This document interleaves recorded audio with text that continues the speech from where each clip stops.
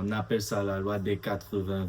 Et si je te disais que 20% de tes actions créaient 80% de tes résultats.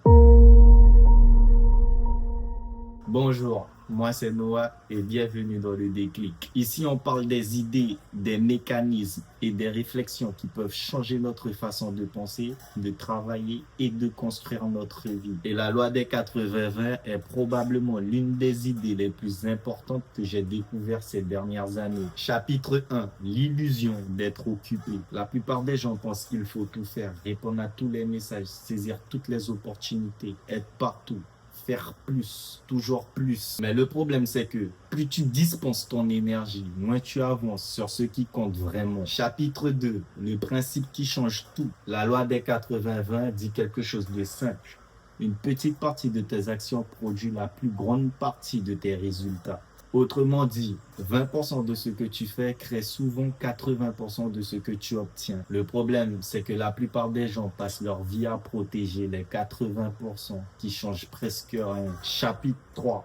Pourquoi on gaspille notre énergie? Regarde ton téléphone. Combien d'heures que tu passes à regarder des vidéos, à vérifier des notifications, à penser à des choses qui ne feront aucune différence dans un an. Maintenant, pose-toi une question.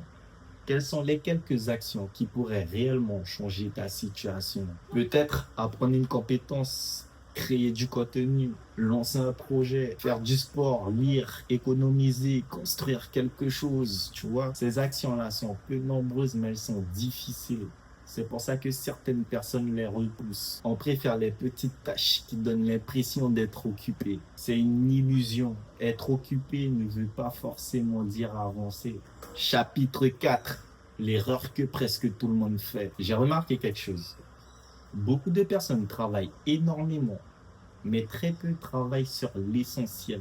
Très peu de personnes travaillent sur l'essentiel. Elles répondent à tout le monde, mais elles répondent jamais à leur propre objectif. Elles courent toute la journée, mais elles ne savent même plus pourquoi elles courent. La vraie question n'est pas est-ce que je travaille beaucoup. La vraie question est est-ce que je travaille sur les bonnes choses. Imagine deux personnes.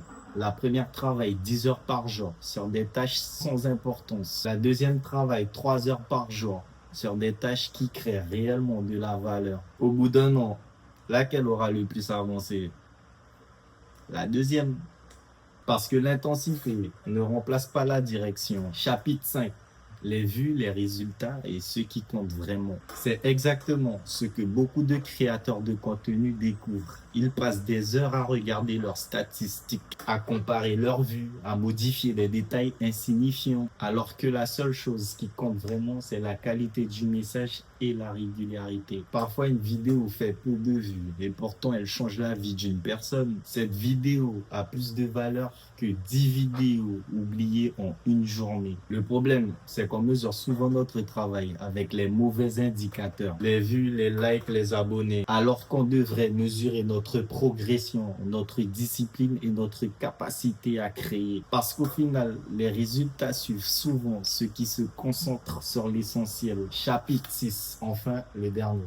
La vraie richesse, c'est ton énergie. Je développe la loi des 80-20 est aussi valable dans les relations.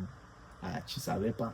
Tu n'as pas besoin de convaincre tout le monde. Tu as seulement besoin des bonnes personnes. Certaines personnes te prennent ton énergie, d'autres te donnent de la force. Certaines conversations te vident, d'autres te font grandir. Là encore, une petite partie des relations influence une grande partie de ton équilibre. C'est pour ça qu'il faut apprendre à choisir. Choisir où va ton temps. Choisir où va ton attention. Choisir où va ton énergie. Parce que ton énergie est une monnaie.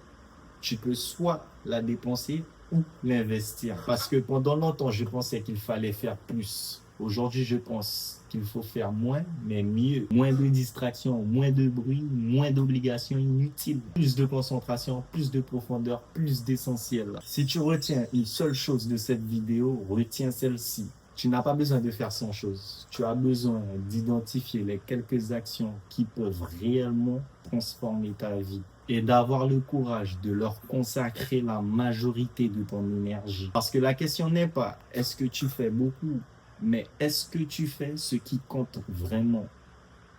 Et ça, c'est une dinguerie, poteau.